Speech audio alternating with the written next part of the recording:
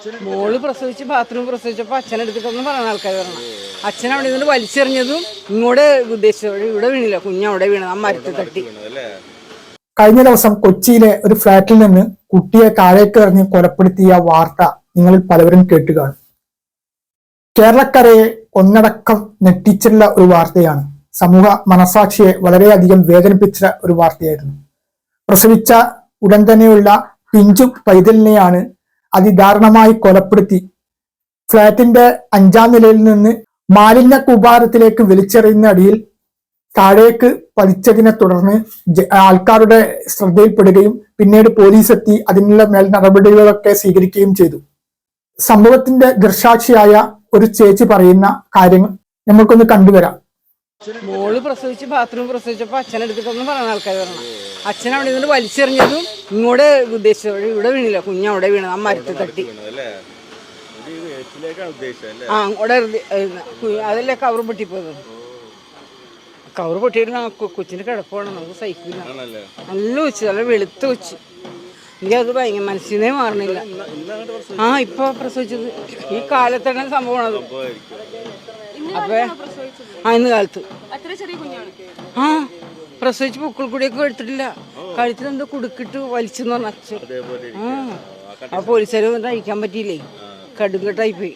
ദൃക്സാക്ഷിയായ ഒരു ചേച്ചിയാണിത്. ആ സംഭവത്തിന് ദൃക്സാക്ഷിയായിട്ടുള്ള ഒരു ചേച്ചി, അവരാണ് ഈ കാര്യങ്ങൾ ഇപ്പോൾ വിവരിക്കുന്നത്.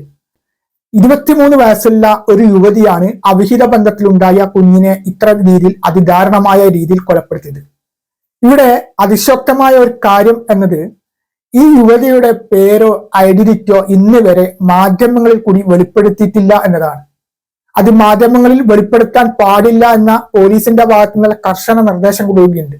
ഇപ്പോൾ അവർക്ക് എടുത്ത പേര് അതിജീവത എന്നാണ്. വളരെ അതിശയം തോന്നുന്നു.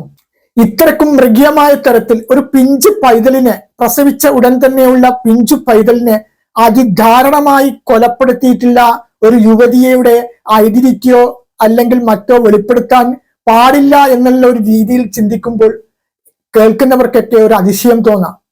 അവർക്കൊരു അതിജീവിത എന്താണ് ഇവിടെ സംഭവിച്ചത്?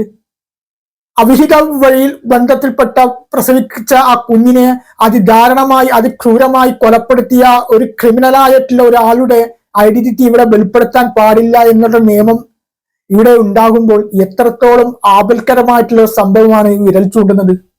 വിശപ്പ് മാറ്റാൻ പോലും മോഷ്ടിച്ചവന്റെ ഐഡന്റിറ്റിയും ഫോട്ടോസും എല്ലാ മാധ്യമങ്ങളിലും വിളംബരം ചെയ്യുന്ന ഈ കാലത്ത് ഇത്തരം രീതിയിൽ അതിക്രൂരമായി കൊലപ്പെടുത്തിയ ഒരു ക്രിമിനലായ ഒരു യുവതിയുടെ ഐഡന്റിറ്റിയോ എല്ലാ മറ്റുള്ള കാര്യങ്ങളോ വെളിപ്പെടുത്താൻ പാടില്ല എന്ന് പറയുമ്പോൾ അതിൽ എത്രത്തോളം വിരോധാഭാസമുണ്ട്. ഇതെല്ലാം എങ്ങനെ നമ്മൾക്ക് അംഗീകരിക്കാൻ പറ്റും? ഇത് ഇത്തരം ക്രിമിനലായ ആൾക്കാർക്ക് ഇതൊരു വളം വെച്ചു കൊടുക്കുന്ന ഒരു രീതിയാണോ? അപ്പോൾ സ്ത്രീകൾക്ക് ഇത്തരം രീതിയിലുള്ള കൊലപാതകങ്ങളും മറ്റും നടന്നു കഴിഞ്ഞാൽ അവരെ വെളിപ്പെടുത്താനോ മറ്റോ പറ്റില്ല എന്നുള്ള രീതിയിലേക്ക് പോകുമ്പോൾ ഇതുപോലെയുള്ള സംഭവങ്ങൾക്ക് വളം വെച്ചു കൊടുക്കുന്ന രീതിയിലേക്കല്ലേ ഇത്തരം സംഭവങ്ങൾ പോകുന്നത്? ഇതെല്ലാം ഇതിന്റെ ഗൗരവമാണ് നമ്മൾ മനസ്സിലാക്കേണ്ടത്. ഇതൊരു 23 വയസ്സുള്ള ഒരു യുവതിയാണ് ഈ സംഭവത്തിന്. അതിന് ഇപ്പൊ ആ ചേച്ചിയുടെ വാക്ക് കടമെടുത്ത് പറഞ്ഞു കഴിഞ്ഞാൽ അവരുടെ പിതാവും കൂടി ഇതിന് ഈ കൊലപാതകത്തിൽ പങ്കാളിത്തമുണ്ട് എന്നാണ്.